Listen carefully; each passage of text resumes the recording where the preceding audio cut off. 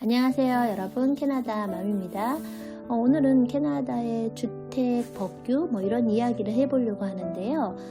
코로나 시기 이전에는 대부분 많은 분들이 유학을 오실 때 유학원을 통해서 오시잖아요. 그래서 유학원에서 학교도 정해주시고 또한 집도 알선해 주시기 때문에 어려운 점 없이 편안하게 이 유학 생활에 정착해서 아이들과 함께 생활할 수가 있었어요. 그런데 이 코로나 시기가 되면서 여러 가지 변수들이 많이 생겨서 그동안 알지 못했던 그런 문제들이 또 일어나기도 하고, 또 그동안 또 이런 걸 몰랐었는데 새롭게 알게 되는 경우도 있는데요. 오늘은 이 집에 대한 이야기 중에 이 페널티, 위약금에 대한 이야기를 해보려고 해요.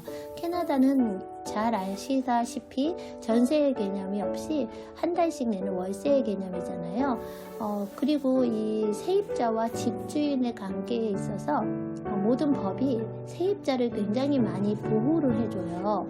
그래서 집주인 입장에서는 세입자가 나가지 않고 만약에 월세도 내지 않고 계속 산다고 해도 억지로 그 사람들을 퇴거할 수 있는 그런 법이 없기 때문에 잘못 세입자가 들어오면 굉장히 힘든 경우에 처할 수가 있어서 집주인 입장에서 렌트를 줄 때 굉장히 신중하게 됩니다. 그래서 이 집을 렌트 받을 때 면접을 굉장히 철저히 보고 서류들도 많이 준비를 하게 되어요.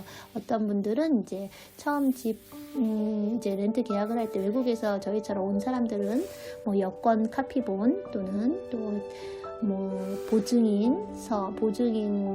같은 분들도 데리고 오라 하고, 또한 또 은행 잔고 증명서 이런 거를 다 해서 집주인 나름대로 안전장치를 많이 하고 집을 세를 주는 그런 상황이에요.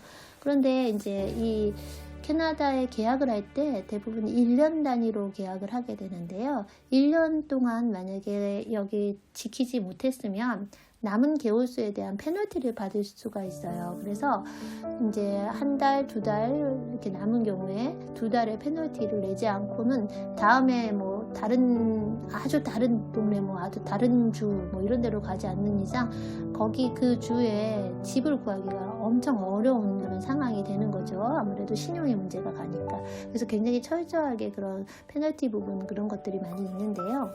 이 코로나가 발생하고 나서 갑자기 모든 빅토리아에 거주하는 많은 분들 중에 대부분의 유학생들은 본국으로 돌아가기를 이제 결정을 한 경우가 많았어요.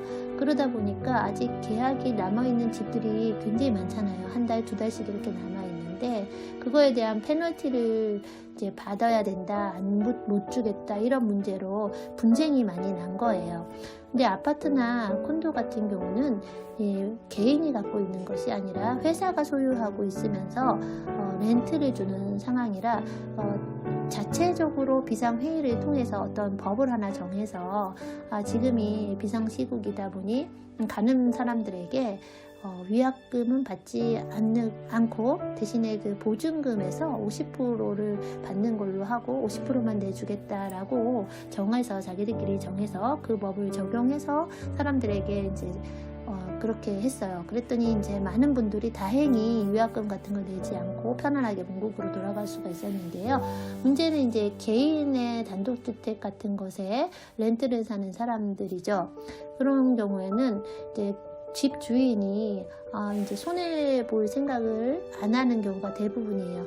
만약에 이 세 사는 사람이 나가고 나면 바로 사람이 들어오면 아무 문제가 없는데 지금 코로나 시국이 비상시국이다 보니 또 바로 사람이 들어올 것 같지가 않잖아요. 그러면 이제 자기들도 월세를 받지 못하는 공백이 생기게 되고, 그럼으로써 또 자기들이 내고 있는 모기지론에 어느 정도 피해를 끼칠 것 같으니까 나는 법대로 할 테니 위약금을 다 내라 하면서 이제 좀 이제 언성을 높이는 경우가 있는 거예요. 그래서 세입자와 그 집주인 간의 그 분쟁이 계속 일어나서 이런 분쟁을 해결해주는 그런 기관이 또 있어요. 우리나라 민사소송기관처럼 분쟁조정위원회가 있는데요.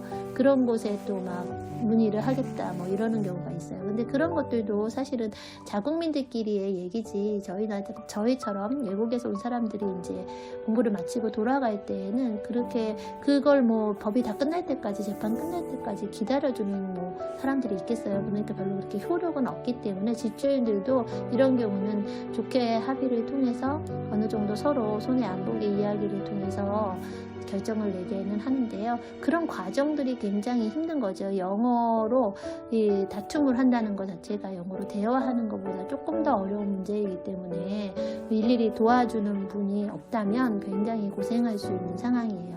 그래서 이 코로나 시기에는 많은 분들이 그동안 몰랐던 여러 가지 어려움들이 닥치게 되어 있기 때문에 이런 주택에 관한 법이라든지 사례라든지 이런 것들도 좀 체크한 후에 뭐 지금 대기하고 계신 유학을 가고 싶으신 분들도 그런 면에서 조금 더 한 번 더 체크하는 그런 시간이 됐으면 좋겠습니다.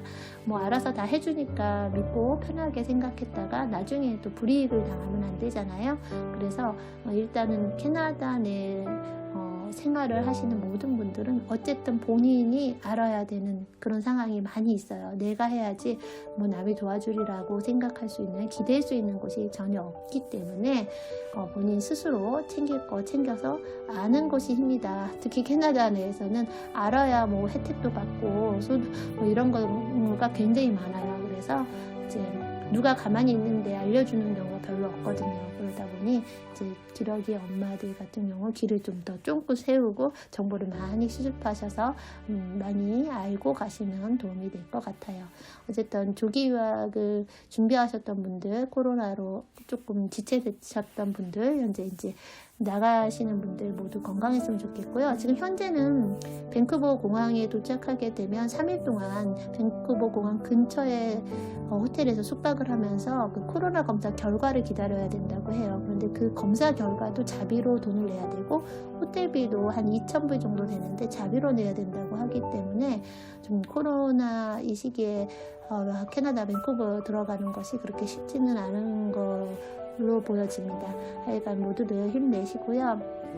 계획했던 것들이 조금 뒤로 미루어지기는 했지만 마음 먹었을 때 모든 것이 잘 진행되어지기를 바라고요. 또한 새로 아이들과 함께 가는 엄마들 또 이 어려운 시기인 만큼 더욱더 힘내시기를 응원합니다. 현재는 빅토리아 내에 코로나 환자가 10명에서 한 20명 사이에 나오고 있고요. BC주는 400명에서 한 500명 정도 확진자가 나오고 있다고 합니다. 그리고 이제 엊그제 눈이 굉장히 많이 와서 빅토리아의 전 세상이 하얀 겨울왕국처럼 멋있는 풍경을 내고 있다고 하네요. 오늘도 즐거운 하루 되세요.